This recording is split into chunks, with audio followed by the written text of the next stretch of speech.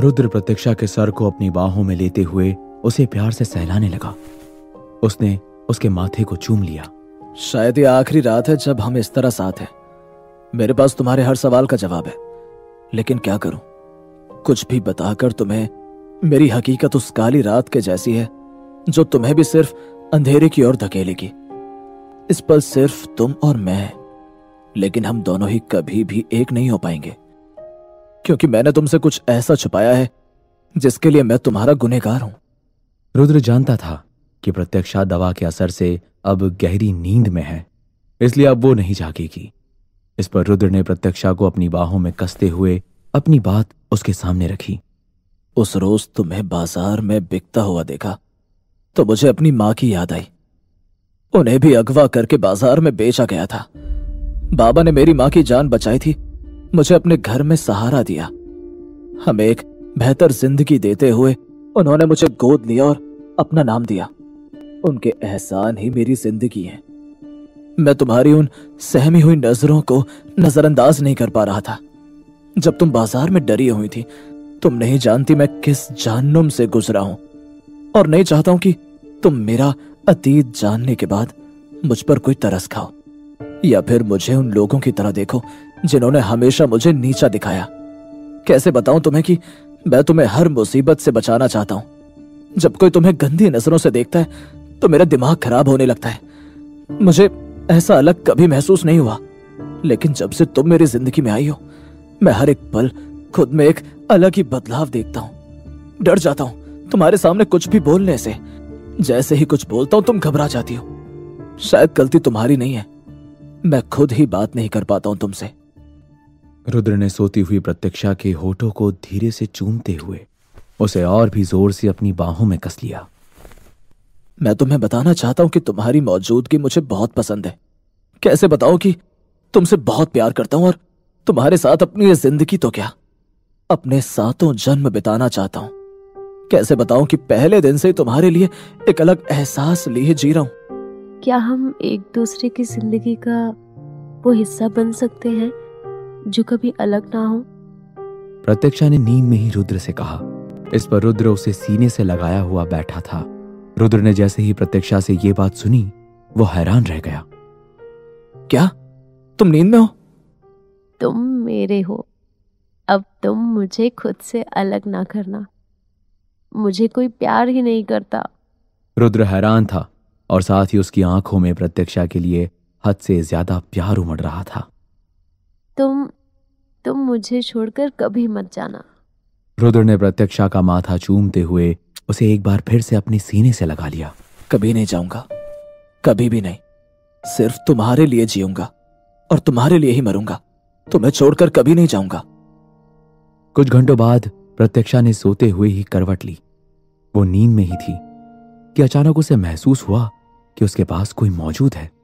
प्रत्यक्षा ने धीरे से अपने हाथ को सरकाते हुए आगे बढ़ाया। प्रत्यक्षा के हाथ किसी की धड़कनों को महसूस कर सकते थे। प्रत्यक्षा अपनी बेहोशी से उभरना चाहती थी, लेकिन दवा के असर के कारण उसकी आंखें बोझिल हो रही थी। प्रत्यक्षा अभी तक बेचैन थी, लेकिन जैसे ही उसके हाथ ने धड़कनों को महसूस किया, प्रत्यक्षा की बेचैनी अचानक से ही शांत होने लगी।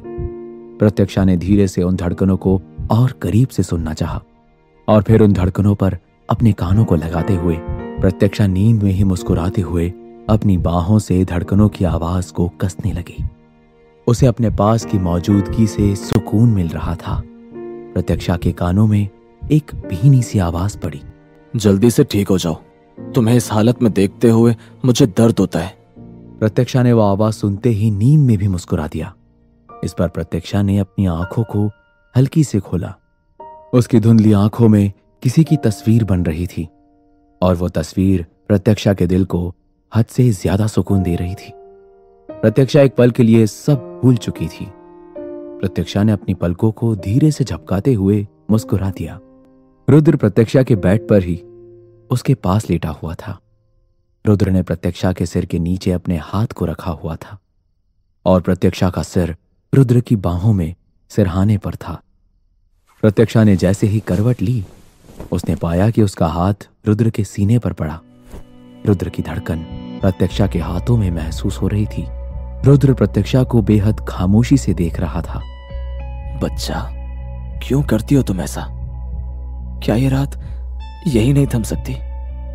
रुद्र के बोले हुए लफ्ज जैसे ही प्रत्यक्षा के कानों में पड़े, अब मत जाना, मुझे अकेले नहीं रहना। प्रत्यक्षा को नींद में बड़बड़ करते हुए देखकर रुद्र ने धीरे से मुस्कुराया और फिर प्रत्यक्षा का सिर प्यार से सहलाने लगा। धीरे धीरे प्रत्यक्षा का बुखार लगभग उतर चुका था और अब सुबह होने को थी। सुबह की हल्की सी धूप रुद्र के कमरे में फैलने लगी। प्रत्यक्षा अभी भी सो रही थी और रुद्र पूरी रात प्रत्यक्षा के पास लेटा हुआ यूं ही जागता रहा। सुबह प्रत्यक्षा ने जैसे ही अपनी आंखों को खोला, उसने पाया कि रुद्र उसके ठीक पास लेटा हुआ था और प्रत्यक्षा को एक नजर बस देखे ही जा रहा था। तभी प्रत्यक्षा की आंख खुल गई। तुम यहाँ ऐसे क्यों हैं हम? अब कैसा महसूस हो रहा है? अपने हाथों को मुझसे अलग करोगे क्या? मुझे कुछ अजीब सा महसूस हो रहा है। और हम इस तरह से क्यों? रुद्र ने प्रत्यक्षा की आंखों में आंखें डालते हुए उससे सीधे साफ शब्दों में पूछ लिया। क्या महसूस हो रहा है? प्रत्यक्षा ने रुद्र को हैरानी से देखते हुए अपनी नजरों को नीचे झुकाते हुए रुद्र की बाहों से खुद को एक बार फिर से अलग करने लगी। इस पर रुद्र ने प्रत्यक्षा को वापस अपने पास खींच लिया। तुम जानती हो कि जब तक मुझे मेरा जवाब नहीं मिलता मैं तुम्हें जाने नहीं दूंगा। ऐसे कैसे बात कर रहे हो तुम? मुझे सच में अजीब लग रहा है। ऐसा लग रहा है कि मेरा मन बैठा जा रहा है।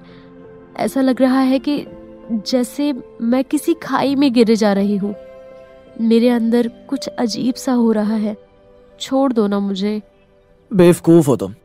ठीक है, नहा लो जाकर। हमें कहीं जाना है फिर तो तैयार हो जाओ। रुद्र के प्रत्यक्षा को छोड़ देने पर वो मन में ही सोचने लगी। है? सच में छोड़ दिया इसने तो? कैसा बेरुखापन है इसके अंदर। जब लड़की बोले कि जाने दो तो रोकना चाहिए उसको। कहाँ जाना है हमें? तुम चलो, मैं बाद में बताऊंगा। वैसे रात में मैं थोड़ी देर के लिए बाबा से मिलने गया था। वापस आया तब कमरे में मुझे कार्तिक मिला। तुम्हें तेज बुखार था तो वह बैठकर पट्टियां कर रहा था। सोचा बता दो तुम्हें क्योंकि तुम बेहोश थी और कार्तिक तुम्हारे बिस्तर के पास कुर्सी पर बैठा हुआ था। अपने एक दो जोड़ी कपड़े बांध दो और जो भी तुम्हारा जरूरत का सामान हो वो ले लो। प्रत्यक्षा ने चुपचाप से रुद्र की बात मानते हुए जल्दी से एक छोटे से बैग में अपने 2 जोड़ी सूट रखे। रुद्र ने पास में ही रखी हुई वैद्य जी की दी हुई दवाइयों को प्रत्यक्षा के बैग में रखते हुए प्रत्यक्षा के माथे को हल्के से हाथ लगाया। प्रत्यक्षा को बुखार नहीं था। मुझे अपना बैग दो, चलते हैं फिर। तुम नीचे चलो, मैं बस थोड़ी देर में आती हूँ। रुद्र साइलेंटली प्रत्यक्षा का बैग उठाकर कमरे से बाहर चला गया। इस दौरान प्रत्यक्षा रुद्र को सीढ़ियों से नीचे जाते हुए देख रही थी। प्रत्यक्षा ने अपनी अलमारी से कार्तिक के गमछे को निकालते हुए अपने कमरे से बाहर निकली और कार्तिक के कमरे के पास जाते हुए उसके कमरे को खटखटाने लगी।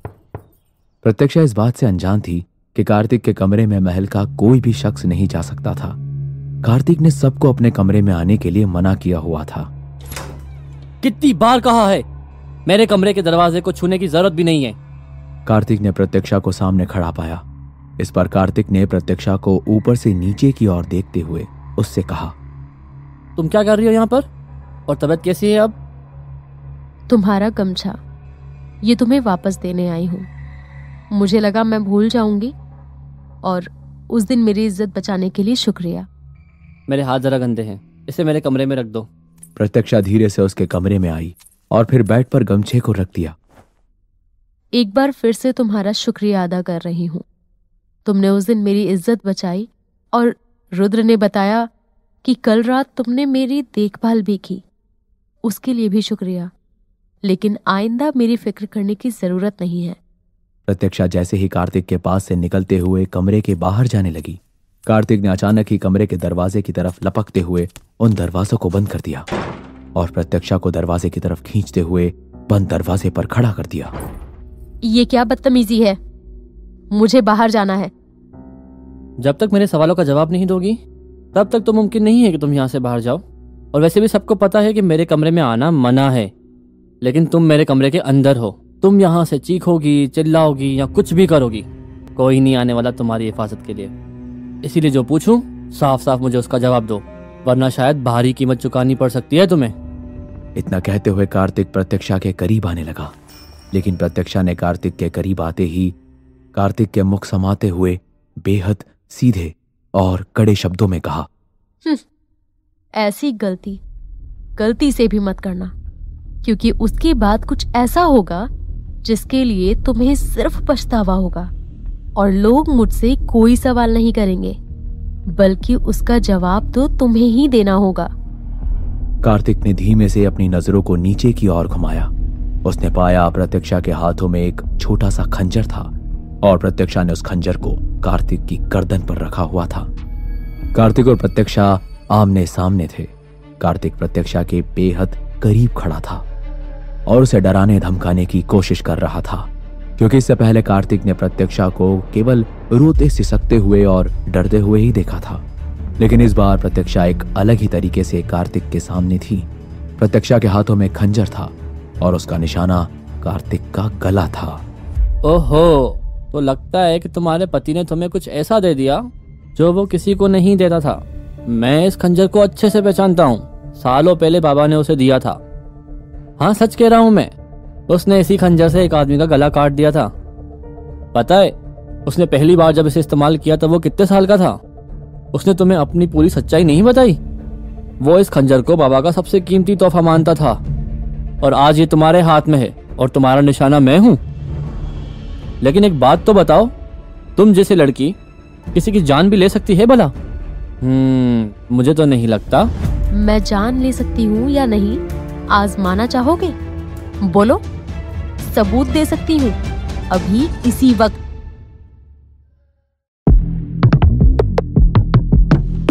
प्रत्यक्षा की पकड़ खंजर पर मजबूत थी, इसलिए खंजर दबाते ही कार्तिक के गले से खून की बूंदें जमीन पर टपकने लगी थी। है लड़की, दिमाग का दही मत कर अब तू। मुझे मजबूर मत कर अपने पर आने के लिए। खुद पर आओ या नहीं, लेकिन मुझसे दूर रहो। मैं कौन हूँ, कहाँ से आई हूँ, कहाँ को जाऊंगी, तुम्हें इन सब में पड़ने की जरूरत नहीं है। समझ गए ना? इतना कहते हुए प्रत्यक्षा जल्दी से कार्तिक के कमरे से निकलकर रुद्र के पास चली गई। प्रत्यक्षा के जाते ही कार्तिक ने अपनी गर्दन पर लगे उस खंजर के निशान पर अपने हाथों को फेरा और फिर अपने हाथों में लगे खून की बूंदों को देखते हुए मुस्कुराने लगा। तो उसके जंगली रंग ढंग तुम में भी आने लगे हैं।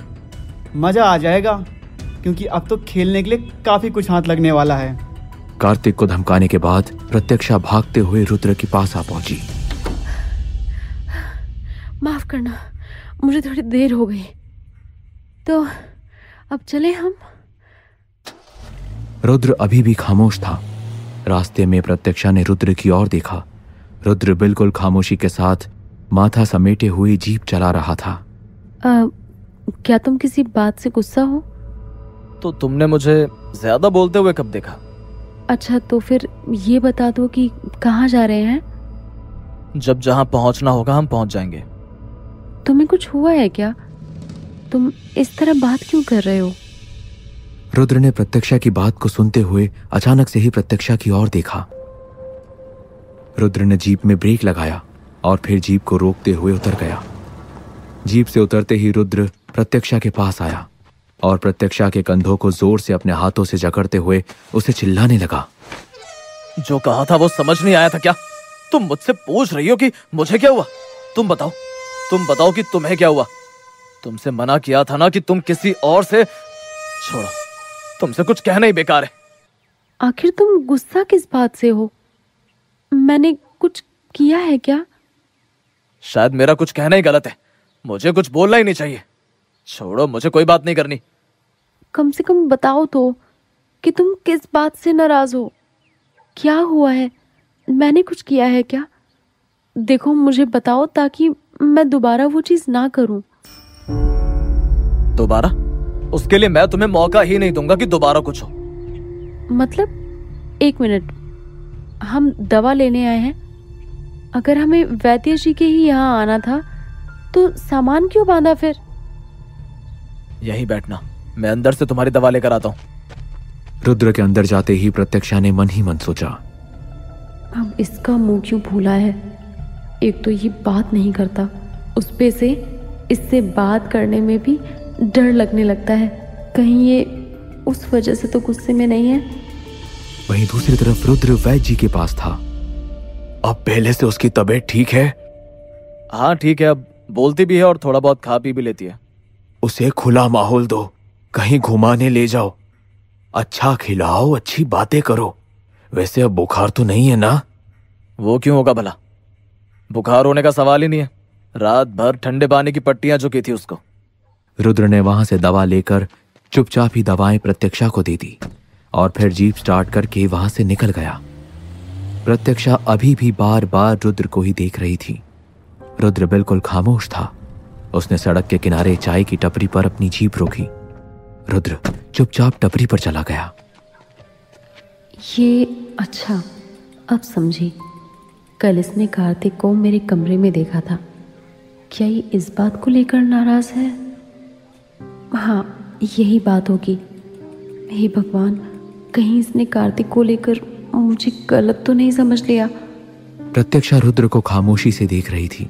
इस पर रुद्र चाय वालों से कुछ बात कर रहा था और थोड़ी ही देर में रुद्र प्रत्यक्षा के पास आया। चलो उतरो, जीप में बैठे बैठे थक गई होंगी। हम काफी देर से चल रहे हैं, कुछ खा पी लेते हैं फिर चलते हैं। प्रत्यक्षा भी शांति से उसके पीछे जाने लगी और मन ही मन सोचने लगी। लगता है कुछ और बात है। अगर ये कार्तिक वाली बात से नाराज होता तो ये रात को मेरे साथ एक ही बेड पर क्यों लेटा होता? सुबह जिन नज़रों से मुझे देख रहा था, इसकी नज़रों में नाराज़गी नहीं थी। कैसे कहूँ इससे कि मुझे इसके साथ अच्छा लगने लगा है। दिल करता है कि इसकी सारी बातें सुनूं, इसके हर दर्द को समझूं और हमेशा इसे ऐसे ही देखती रहूं। मुझे रुद्र को समझने के लिए थोड़ा वक्त लेना चाहिए। वो सही थी, रुद्र सच में दिल का अच्छा इंसान है। प्रत्यक्षा अपनी सोच में ही खोई हुई थी कि तभी रुद्र चाय का एक कुल्हड़ लेकर प्रत्यक्षा के पास आया। कहाँ खोई हुई हो? ये लो चाय पियो। मौसम थोड़ा सा खराब हो रहा है, शायद बारिश होगी। हम थोड़ी देर यहीं रुकेंगे। सुनो ना, मुझे तुमसे कुछ बात करनी है। मैं तुम्हें कुछ बताना चाहती हूँ। मुझे ये नहीं पता था कि कार्तिक काफी देर तक मेरे कमरे में ही था और मुझे नहीं जानना ये सब। मुझे क्यों बता रही हो ये सब? मैंने तो तुमसे ऐसा कुछ भी नहीं पूछा। तुमने पूछा नहीं है, लेकिन मुझे बताना है। I don't like him and I really... क्या बोल रही हो? या तो बात बता लो या फिर अपनी खिटर पिटर कर लो। जब मैं वापस आया था तब कार्तिक कमरे में ही था। मुझे बस इतना पता है। इसलिए बता रही हूँ तुम्हें क्योंकि बताना चाहती हूँ। मैं नहीं चाहती मैं तुमसे कुछ भी छुपाऊं, ना आज, ना कल और ना ही कभी और। प्रत्यक्षा की यह बात सुनकर रुद्र उसकी तरफ देखने लगा। मौसम बदल रहा था। आसमां में काले बादल घिरे हुए थे और हल्की ठंडी हवा चल रही थी। रुद्र ने आसमां की तरफ देखा। जानती हो तुम, उस दिन तुम्हें देखकर मुझे मेरी माँ याद आई थी। उस दिन मुझे ऐसा लगा कि अगर तुम्हें ना बचा पाया तो मेरी जिंदगी किस काम की। मेरी माँ के साथ भी सालों पहले यही हुआ था। जब उस दिन मैंने तुम्हें वहां बाजार में बंधे हुए देखा तो एकदम से मेरे सामने मेरा कल घूम आया। तुम्हारी आंखों में वो खौफ, वो दर्द, वो आंसू देखे तो न जाने क्यों अचानक से मैं अंदर से टूट गया। बरसों पुराना वो दर्द जो कभी मैंने मेरी माँ को देखते हुए खुद में महसूस किया था, वही दर्द तुम्हें देखते हुए मुझे परेशान करने लगा था। माफ करना, मुझे ये पता नहीं था। क्या माँ भी बेची गई थी? हाँ, मैं बहुत छोटा था। मुझे बहुत अच्छे से तो नहीं याद, लेकिन इतना जरूर याद है कि मेरी माँ को इसी तरह से बाजार में बांध दिया गया था। उनकी बोलियां लग रही थी। रुद्र बोलते हुए ही अचानक से रुक गया और अपनी नजरें फेर कर गहरी सांस लेते हुए प्रत्यक्षा से कहने लगा, छोड़ो ना, कुछ और बातें करते हैं। तुम चाहो तो अपनी बात कह सकते हो। चुप क्यों हो गई अचानक से? जब पुरानी बातें बाहर आती हैं तो कभी कभी नमक की तरह जख्मों को हरा कर देती हैं, फिर चाहे मेरा दर्द हो या तुम्हारा जख्म। प्रत्यक्षा का दिल कुछ अजीब सा महसूस करने लगा था। वो इस दर्द से वाकिफ थी। प्रत्यक्षा की आंखें नम हो चुकी थी अचानक ही रुद्र के मुंह से ये सारी बातें सुनकर वो पूरी तरह से हैरान थी। क्या बाबा ने ही माँ को खरीदा था? क्या तुम्हें बाबा के पास जबरदस्ती लाया गया था? क्या यही वजह है कि तुम झोपड़ी में रहते हो? क्या बाबा ने तुम्हें टॉर्चर किया? मेरा मतलब है कि उन्होंने तुम्हें तकलीफ पहुंचाई क्या? नहीं, तुमने शायद गलत सोच लिया। बाबा ने मेरी माँ को खरीदा जरूर था, लेकिन उन्हें बचाने के लिए। शायद मेरे और तुम्हारे जख्म एक जैसे ही हैं, इसलिए हम दोनों आज एक साथ हैं। रुद्र, वो दरअसल मुझे तुमसे। प्रत्यक्षा अपने दिल की बात को रुद्र के सामने रखना चाहती थी, लेकिन जैसे ही उसने अपनी बात कहनी शुरू की, उसने पाया कि रुद्र की आंखों से आंसू बहने लगे थे और रुद्र उन आंसुओं को छुपाने की कोशिश कर रहा था। तुम रो रहे हो? नहीं तो। नहीं, ऐसा मत करो, सब ठीक हो जाएगा, शांत हो जाओ। तुम जानती हो, मेरी माँ ने मेरे सामने ही अपनी सांसें तोड़ दी। मैं पूरी तरह से अकेला हो गया। मुझे याद है, अपनी आखिरी सांसों में मेरी माँ ने मुझसे कहा था कि बाबा के एहसानों का बदला हम जिंदगी भर नहीं उतार सकते। इसलिए अब से मेरी जिंदगी का सिर्फ एक नियम और सिर्फ एक उसूल होगा कि मैं बाबा की हर बात को भगवान का हुक्म मानकर मैं उसे पूरा करूं। और तब से लेकर अब तक मैंने वही किया। मैं अपने रास्ते से ना भटकूं या फिर किसी भी औरत को बुरी नजर से ना देखूं, इसीलिए मैंने ब्रह्मचर्य का व्रत लिया। रुद्र की आंखों से आंसू बहने लगे थे। इस पर प्रत्यक्षा ने धीरे से अपने हाथों को आगे बढ़ाया और रुद्र के आंसुओं को पोंछने लगी। तुम भी तुम्हारी माँ के जैसे बेहद ईमानदार और अच्छे इंसान हो। उन्हें आज तुम पर नाज होगा और वो जब भी तुम्हें देखती होंगी तो खुश होती होंगी। तुमने पूछा था ना कि वो झोपड़ी मेरे लिए खास क्यों है? मेरी माँ ने उसी जगह पर अपनी आखिरी सांस ली थी। वो जगह मेरे लिए बहुत मायने रखती थी। मैं हमेशा वहीं बैठकर माँ को याद करता था। तो बाबा ने उस जगह पर कोई काम नहीं होने दिया कभी। उन्होंने उस जगह को मेरे लिए छोड़ दिया।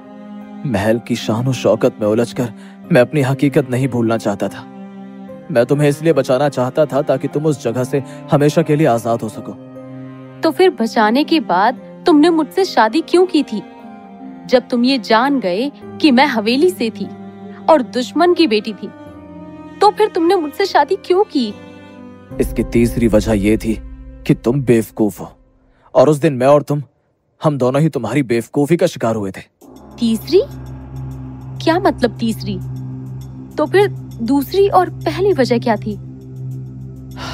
दूसरी वजह यह थी कि बाबा का हुक्म था, वरना तुम्हारे ही लोग तुम्हें वैश्यालय में भेज देते। वैश्यालय? रुद्र ने प्रत्यक्षा की ओर देखते हुए उसके सिर पर धीरे से हाथ रखा और फिर कुछ देर उसे यूं ही देखता रहा। ठीक है।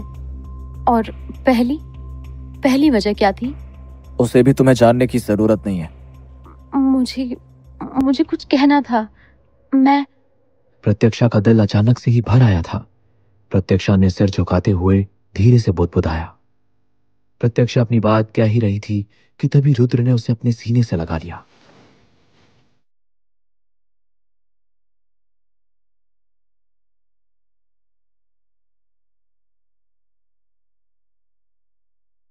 कहानी का अगला भाग सुनने के लिए चैनल को सब्सक्राइब करके बेल आइकन प्रेस करना ना भूलें।